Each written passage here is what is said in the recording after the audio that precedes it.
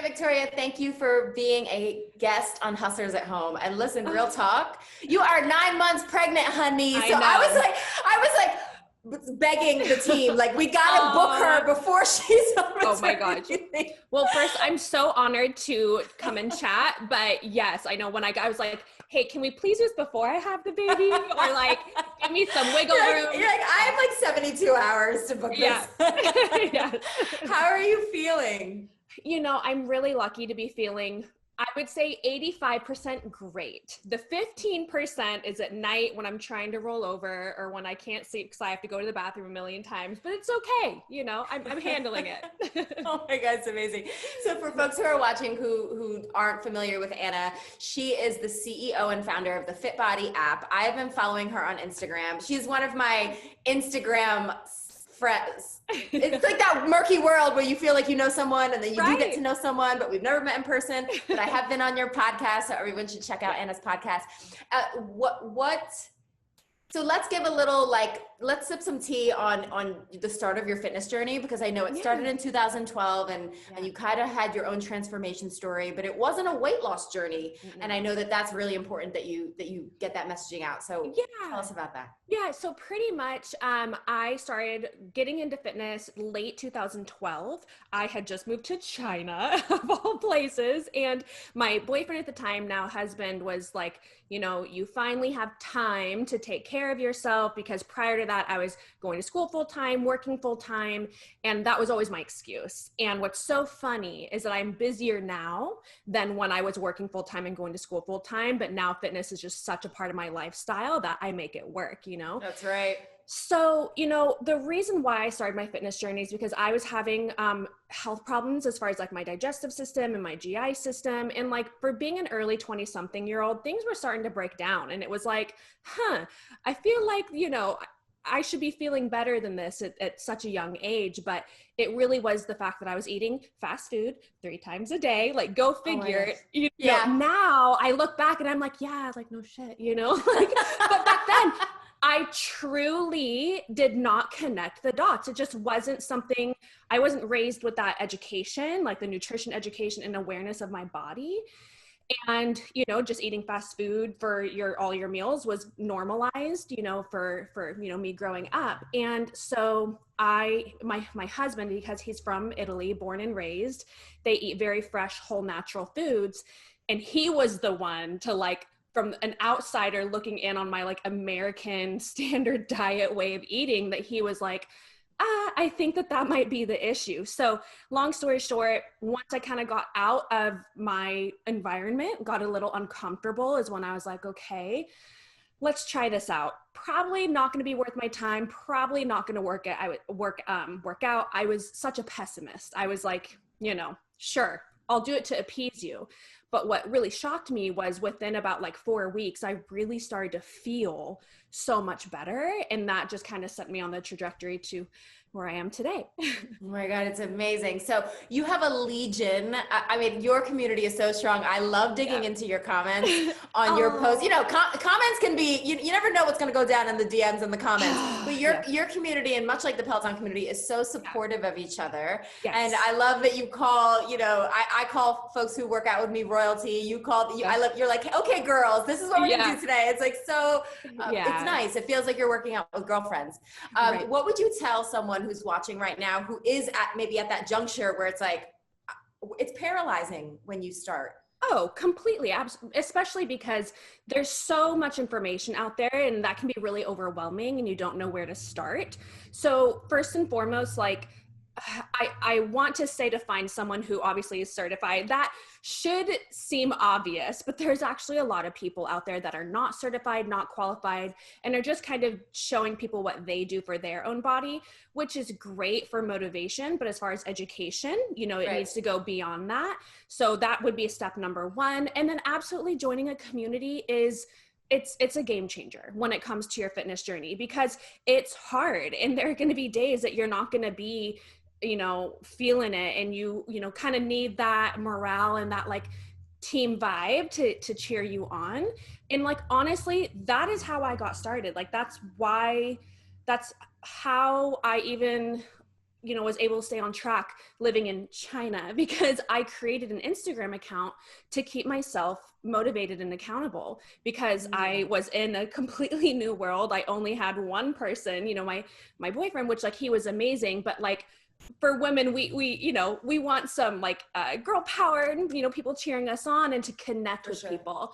And so that's really the root of like how I got started on Instagram and sharing my story and connecting with people is because I needed that. I needed that connection and that accountability. So definitely finding someone who's certified and that has a great and supportive community that focuses on more than just aesthetics.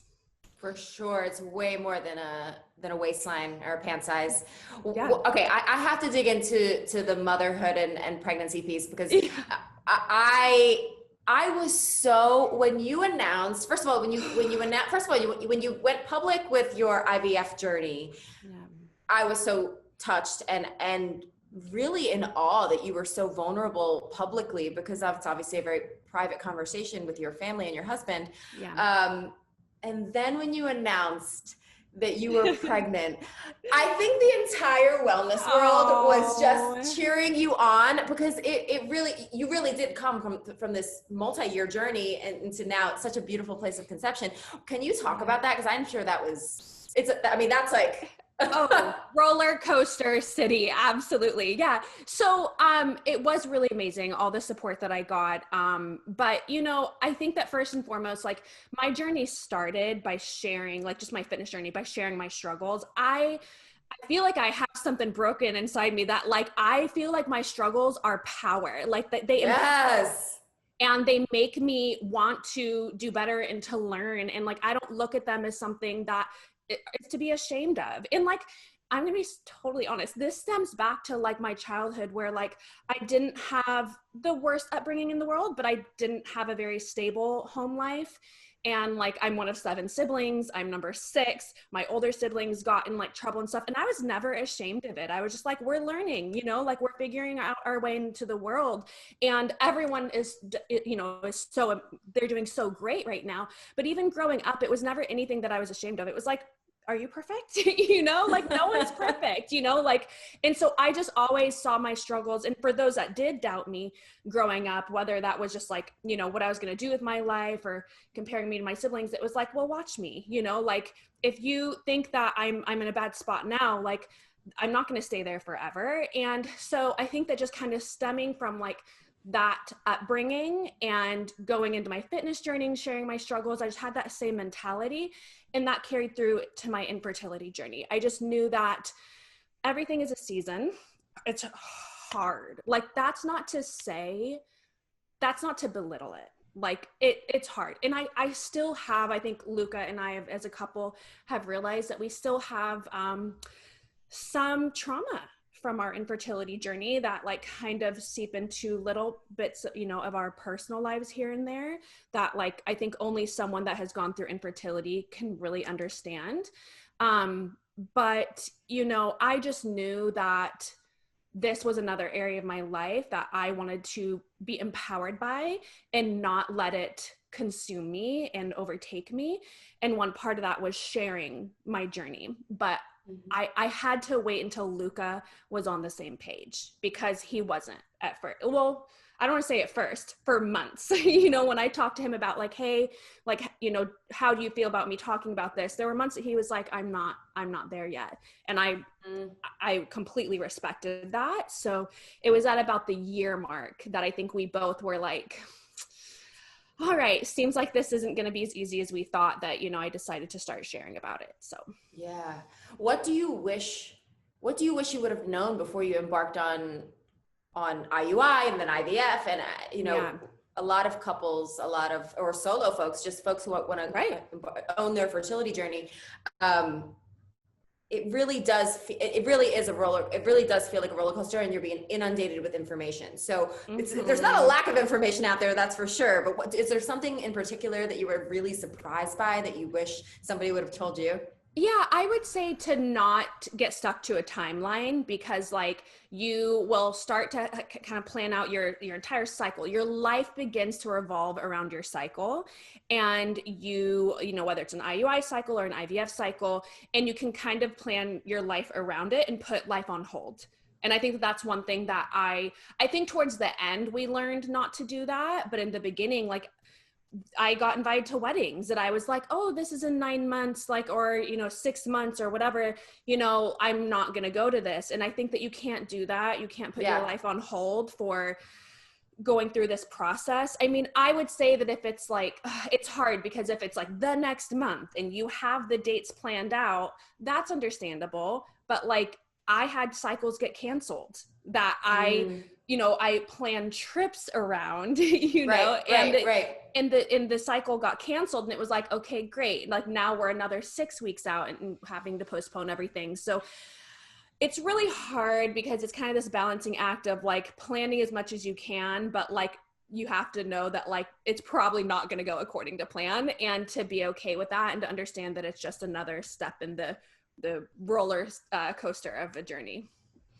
Were there any, you know, obviously you have an awareness of self-care and movement and fuel, but were there any particular kind of self-care moments that you needed to, that were like specific to that process? Yeah, you know, this is such a great question, and I struggled with it like during that process because, you know, I was diagnosed with unexplained infertility. Like all of my labs, all of my checks, everything was quote unquote perfect. And so, which it's like great to hear that because you know there's nothing actually wrong, kind of, but then again, like you don't know what to fix and kind of what course of action to take. So a lot of people say, you know, how much stress impacts our fertility and to just quote unquote relax, and which is like kind of one of the worst things that you can say because it's just not that easy, you know. And one, it's like telling a woman to calm down. Like, when does that ever work? That never works. It never works. No. So, I kind of went through a series of like, kind of experiments or tests of like, what is going to help me, you know, minimize stress.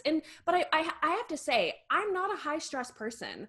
I'm very go with the flow, chill. Like, I actually do my best work under stress. And so when people were telling me this, I was just like, but I'm not that person that gets super, you know, like overstressed. But hey, what do I know? You know, like let's try this out. So what I tried to do, you know, I'm the CEO of my company, and there was a period of time where it was like, okay, I'm going to delegate everything and not be involved, and like be involved in as little as possible, and I'm just going to kind of chill and relax. And that made it worse. That made it so much worse because I was like, this is not what makes me happy. Like I love what I do.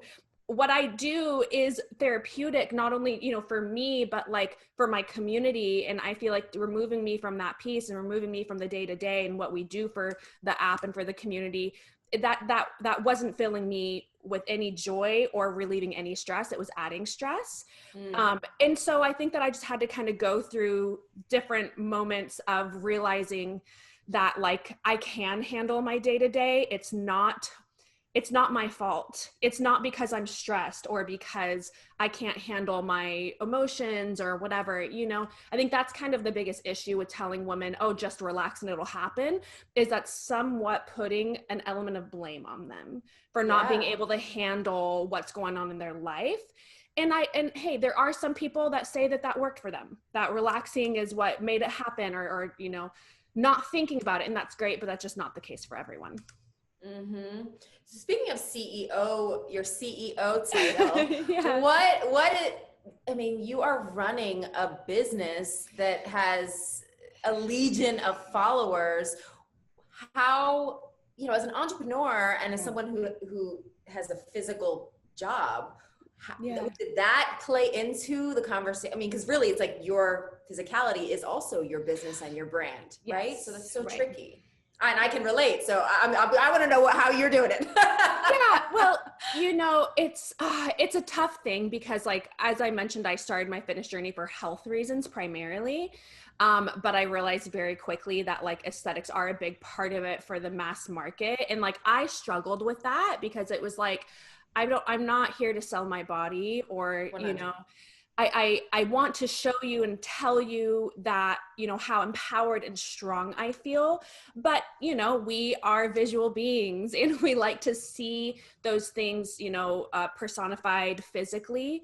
And so, I think that as long as the priority is the messaging and like that's what we drive home, I think that's the best that we can do. And I don't think that there's anything wrong with being proud of your body physically and what you've been able to achieve. On the CEO side, it's funny because I actually feel like that is more like what I love doing is like running the business than I would say being an influencer. I actually feel like I'm the worst influencer ever because like I love creating and working and listening to my community and putting that into action, putting their feedback into action for the app and constantly working on improving the product. And, like I don't do sponsored posts really, like unless it's like a really big, collaboration. Like I was a global ambassador for a sports bra range for a European company for 2 years. Like that was great, but like, I love working and I love being, creating and the entrepreneur side of things. So yeah, it's interesting. It's something I'm still figuring out, how to balance it all. And if anything, I also feel like, I don't know if the CEO title is totally right for me. I feel like I've heard the title Chief Creative Officer. And I feel like that really speaks to what I do the most because my husband's a CFO and he completely does all the financial side and like, that's his bread and butter. And I really am more so on the creative side. And I feel like we kind of share almost CEO duties, in a way. So yeah, kind of interesting. How is it working with your husband? I have to say we are so lucky and like, I don't want to make it seem like we're this perfect couple that like we get along so well all the time. Like there was some rough patches. Like there were times I told him like, hey, this isn't working anymore. Like I'm gonna need to find another CFO, and like you're gonna need to find a job. And you're just my husband now. Yeah, right. But they were very kind of short-lived, like bouts of arguments, and we kind of realized that like I don't want to say we need to stay in our own lane because like I need to give input into what he does and vice versa. I have to say like what he's so great at is kind of bringing things back to like business strategy, which like I see that side as well, but like I'm just so invested in the community and like what they want that sometimes I'm going to admit, like I can lose sight of like the business side of things, but I think that's okay because like it means that ultimately what we're doing, like I'm always going to center it back to what's right for the community, and he'll center it back to what's right for the business. And I feel like we have a really good balance of those two things. But in terms again of working with my husband, we say it all the time, like, and especially when the quarantine happened, I started hearing these stories of people saying like, you guys, I love my husband, but like being at home with him all the time, I don't know. And he and I looked at each other and we're like, we've kind of been in quarantine with each other for 8 years. Like sorry. Hey. Is that rigatoni? It's rigatoni. Yeah. Someone's walking by. Well, congrats on your new house, by the way. You're now in Texas, right? Austin, Texas. Yeah. Awesome. We just moved when I was 28 weeks pregnant. Yeah, so sorry, lost my train of thought about Luca. About quarantine, about how quarantine, y'all there we go. Quarantined for 8 years. Yeah, that we've been quarantined together for like 8 years, and we've been around each other like nonstop for so long. And there have been times throughout the years that we've been like, we are together all the time, and it's fine. Like it works great. So I think that it's just a testament to not only our relationship but our friendship, For and sure. like how much we love being around each other. I don't want to paint us as this perfect couple because I would say the reason why it works so well is because of him. Bless his heart, because I can get sassy, I can get snappy, and he is just the sweetest soul ever, and he deals with me and still loves me despite all of that. So. Oh my God. Shout out to our partners. Cause my husband is the same. He's so sweet, so patient. And we also, I mean, we've been together we had our honeymoon in February, and we've literally been together pretty much 24 hours a day, 7 days a week to right now. And we're like, wow, I'm still obsessed with you. This is a good sign. Right. Although we don't work together, but that's amazing. So let's talk about you were on bed rest for your first trimester, and then you were able to, hey Rigatoni. Oh, sorry. It's okay. Knocking. I'm going to close the blinds.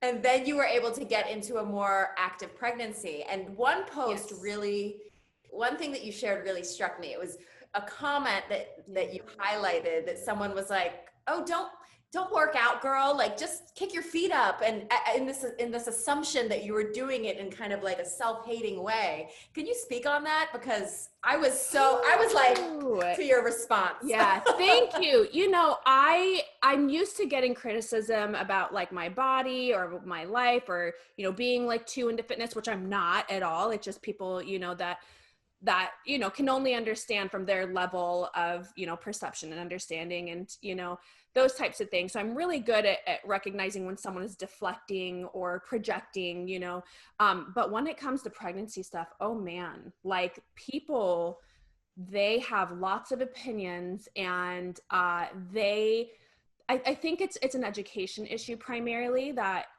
you know, I hate to point it out, but it is what it is. Most of those comments come from people in third world countries, that they don't have the education that, you know, other countries do. And like, I've gotten messages from women in some of those countries that said, you know, I have to say, like, in my country, you will be like ostracized if you try to work out when you're pregnant. It's looked at as selfish. It's looked at as dangerous, you know. And it's none of those things. It's really beneficial, not only for you and your baby, but postpartum. Like, I can't speak to the hormone aspect of it, because that's, you know, a different story, but physically being able to pick up your baby, you know, of course. And so I always try to, again, like I said, like kind of look at like, where are they coming from? Like, it's not their fault that they don't have this education piece. And that's where I hope to be able to step in and share that information. With that being said, it is frustrating. It is upsetting, especially when you're criticizing a woman and telling her that she's doing something that's going to harm her baby. So, you know, I think that I just have to, I bite my tongue a little bit more these days, you know, with like people who do try to say that like I shouldn't be working out. But like I said, I think it's just an education piece, and it's not, I definitely don't want to make it seem like it's only, you know, people or women in third world countries, because, you know, it's also in the United States. I think that working out while pregnant has kind of somewhat become normalized through social media, and social media is very young, you know, and so I think that it's still something that people are learning about and seeing. But, you know, I've talked to my doctors. I mean, first and foremost, for anyone listening, like, you need to get doctor's approval before working out. It's not such a blanket statement as every single pregnant woman can work out. And I want to acknowledge that, because, you know, there are even, you know, even if you've been working out for a long time, you can have certain pregnancy complications. Like you said, I was on bed rest for my first trimester. My best friend had placenta previa. She couldn't work out her entire pregnancy. So there are exceptions, absolutely. But if you get clearance, then it is, you know, one of the best things that you can do for your body. Not even speaking from an aesthetic standpoint, but from a mental and emotional health and just physical ability standpoint. So, well, listen, I credit you. You stand in your power so consistently and so kindly, I might add. Like, I'm always looking at your YouTube videos and watching your stuff. Like, Anna is just the nicest person, but I love it, because you're balancing the compassion piece with also being like, but I'm gonna have to tell you. Yeah, right. Yeah, I have to say, I'm actually probably so much more tough love than I allow myself to come off to be, because you know, with all people have to go off of are my words in like normally text, unless they're watching a video. And things can get lost in translation and kind of be misconstrued. And so I'm very, probably almost too aware of like the words that I use. And I just want to be sure that like that compassion piece does come through. But at the same time, like you said, you know, give it to them straight and, you know, tell them what it is. And I try to be very science-based and fact-based. And so I try to kind of marry those two sides. Oh my God, 100. Listen, I'm so grateful that we were able to connect today. So clearly you have a baby on the way, but you're also still gonna, I imagine, want to maintain, you're still Anna, you're still Luca, you're still a marriage. I mean, it's still all these things that I'm sure mothers watching are like, yeah, I get it. It's a lot. But as a business owner, how do you, and as a leader in the wellness community, what's your plan to kind of make sure that you're maintaining all of those things? I mean, it's like, it feels like so much. It's going to be a lot for sure. I think that first and foremost, as far as like the work piece, I'm going to just lean on my team a lot. I think that it's going to be forced delegation, you know, which is probably for the best, because I'm so involved, sometimes maybe too much, because I could be doing other things that would be more beneficial. But I love the day-to-day. I love customer service. I love emails. Like, I love helping individual customers. And sometimes that can get me too wrapped up and not being able to focus on, you know, bigger things. So I think that first and foremost is relying on my team. I have an amazing team. Several of them are girls from my community that have now been working with me for several years. So that's that piece, that side of it. And then as far as like, I would say my postpartum journey, I have no expectations. I'm not putting any pressure on myself to do anything one way or the other, which is kind of how I approached my pregnancy journey. It was like, am I going to be able to work out? I don't know. But when I get there, I'll find out, you know. Like I said, I'm such an kind of like, I always take things as they come. I'm not one of those like 5-year planners, because like, I just feel like you can't plan for life, that, you know, it's going to throw you for a loop. And for some people that they're not okay with that. Personally, I thrive in the moment. And so, I'm just going to kind of, you know, take my journey each day as it comes and just go easy on myself. I think that that's something that's really important postpartum. And I'm not saying that this is going to be easy, you know, that it's just like, oh, you know, I'll just kind of, you know, go through each day as it comes. But, you know, I just think it's really important to be on your side and to not put too much pressure on yourself. Oh my gosh, your presence. I have now no doubt someone listening, or someone watching is saying, okay, thank you, noted, whether they're entering motherhood or not. Yeah. Anna Victoria, thank you so much for being on Hustlers at Home. I am going to be watching like a hawk for any updates, and just know that you have a huge, huge fan in me, and anything and likewise I can ever help you with. Thank you so much. Sending you and Luca and Rigatoni and baby to come so much love. Thank you. Bye. Bye, girl.